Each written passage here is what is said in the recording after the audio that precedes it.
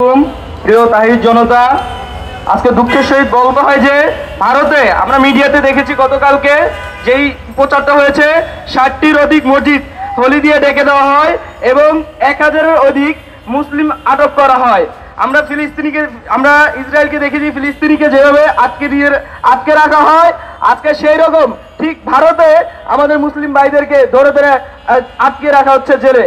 আমরা দুঃখের সহিত বলতে হয় কয়েকদিন আগে আমাদেরকে বিজিবি আমাদের বর্ডার গার্ডে আমাদের যে বাঙালির উপর হামলা চালিয়েছে এবং বর্তমানে তারা পরপর আমাদের উপর আগ্রাসন দেখাচ্ছে।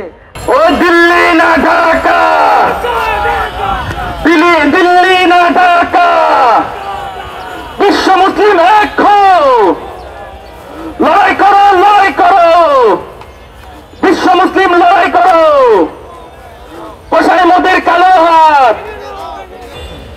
আমরা ইতিমধ্যে দেখেছি ভারতে মুসলমানদের উপর যে নির্যাতন চলছিল সেটা আরো বেশি বেড়েই চলেছে, অথচ ভারতের বাবুদের মাঝে মধ্যে আমরা দেখি বাংলাদেশে হিন্দু নিপীড়ন নামে তারা বড় বড় বক্তব্য দেয়, অথচ তাদের দেশেই মুসলমানদেরকে শুধুমাত্র গরুর গোশত বিক্রি করার কারণে তাদের উপর নির্মম নির্যাতন চালানো হয়।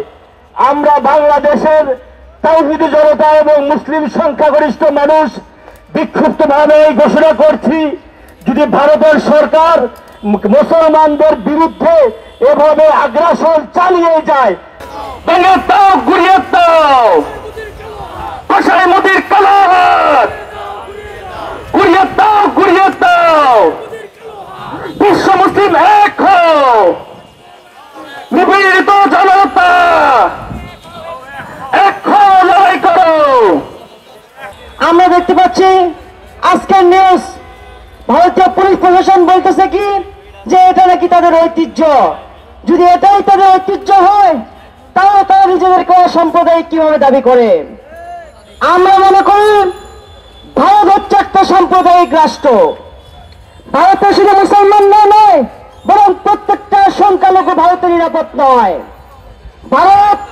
ভারতের পুলিশ প্রশাসন যেভাবে মুসলমানদের উপর হামলা করতেছে, মুসলমানদের মসজিদের উপর হামলা করতেছে, মুসলমানদের মসজিদে প্রবেশ করে এই পবিত্র মনোরঞ্জনে তারা বিনামাজ চলাকালীন মুসলমানদের উপর তারা অত্যাচার চালাচ্ছে।